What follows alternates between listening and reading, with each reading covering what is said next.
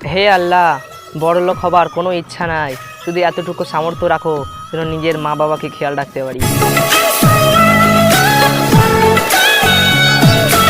নামাজি মেয়েরা সব থেকে বেশি সুন্দর হয়, কারণ অজুর পানির মতন মেকআপ এই বিশ্বেই নেই।